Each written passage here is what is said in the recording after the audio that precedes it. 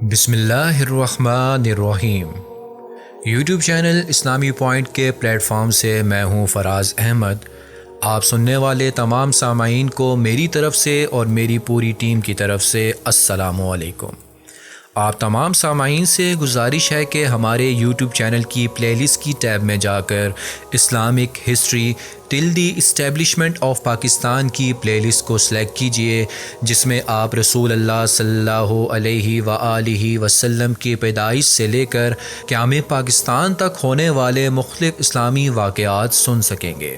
پچھلی ویڈیو میں ہم نے حضرت عمر فاروق رضی اللہ عنہ کی خلافت کا دور، جس میں ایران، شام، بیت المقدس اور مصر میں مسلمانوں کی فتح اور حضرت عمر رضی اللہ عنہ کی وفات کا واقعہ سنا تھا۔ آج کی اس ویڈیو میں ہم حضرت عثمان رضی اللہ عنہ کی خلافت کا واقعہ سنیں گے، جس میں حضرت عثمان رضی اللہ عنہ کے زمانے میں جہاد، سمندری جہازوں کے ذریعے جہاد، حضرت عثمان رضی اللہ عنہ کے زمانے میں اندرونی جھگڑے اور دیگر موضوعات سنیں گے۔ حضرت عمر رضی اللہ عنہ کی وصیت کے مطابق حضرت عثمان رضی اللہ عنہ بن عفان کو اسلامی حکومت کا سب سے بڑا حاکم بنایا گیا۔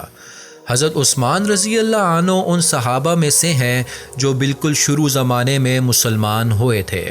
رسول اللہ صلی اللہ علیہ وآلہ وسلم نے ان کی زندگی میں ہی یہ اچھی خبر سنا دی تھی کہ اللہ پاک انہیں جنت میں اونچا درجہ دے گا۔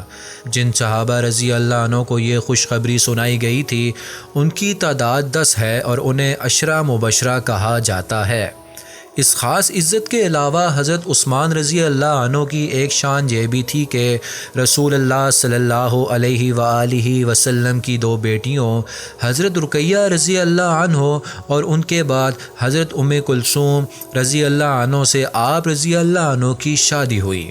حضرت عثمان رضی اللہ عنہ کے خلیفہ بننے کے 6 مہینے بعد ہی ایران کے بادشاہ اور روم کے بادشاہ نے اپنے ان علاقوں پر قبضہ کرنے کی کوشش کی جو مسلمان مجاہدوں نے فتح کر لیے تھے۔ ان کا خیال تھا کہ حضرت عمر رضی اللہ عنہ کے شہید ہو جانے سے اسلامی سلطنت کمزور ہو گئی ہے، لیکن ان کا یہ خیال بالکل غلط تھا۔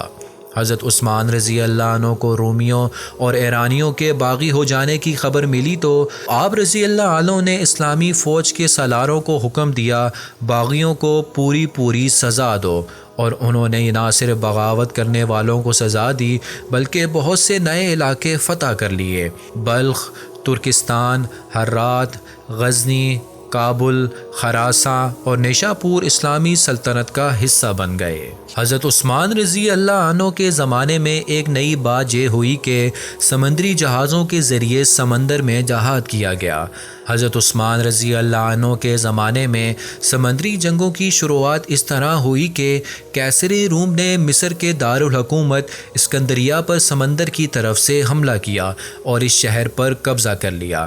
حضرت عمرو بن العاص رضی اللہ عنہ نے جلد ہی قیصر کی فوج کو سکندریہ سے نکال دیا، لیکن قیصر نے ایک بار پھر حملہ کیا اور اب یہ بات ضروری معلوم ہوئی کہ سمندر کی طرف سے اس کا راستہ روکا جائے۔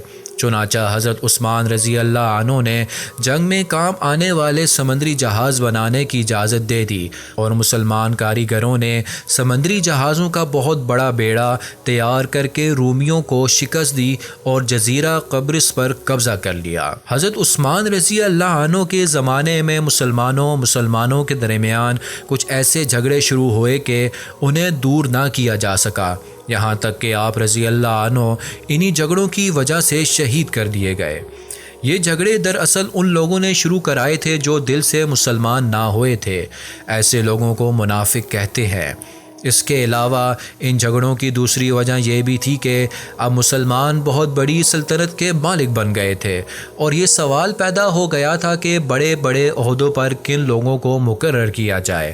ایسا ہی ایک جھگڑا ملک مصر کا والی یعنی گورنر مقرر کرنے کے سلسلے میں شروع ہوا اور ایک گروہ کے لوگوں نے حضرت عثمان رضی اللہ عنہ کے مکان کو چاروں طرف سے گھیر کر آپ رضی اللہ عنہ کو شہید کر دیا۔ حضرت عثمان رضی اللہ عنہ ان باغیوں کو قتل کرا سکتے تھے، لیکن آپ رضی اللہ عنہ نے یہ بات پسند نہ کی کہ مسلمان آپس میں لڑیں۔ آپ رضی اللہ عنہ کے شہید کیے جانے کی تاریخ 18 ذی الحجہ 35 ہجری 655 ہے۔ یہ تھا حضرت عثمان رضی اللہ عنہ کی خلافت کے دور کا مختصر سا واقعہ۔ انشاءاللہ اگلی ویڈیو میں شیر خدا حضرت علی رضی اللہ عنہ کی خلافت کا واقعہ سنیں گے۔ مجھے دیجیے اجازت، اللہ حافظ۔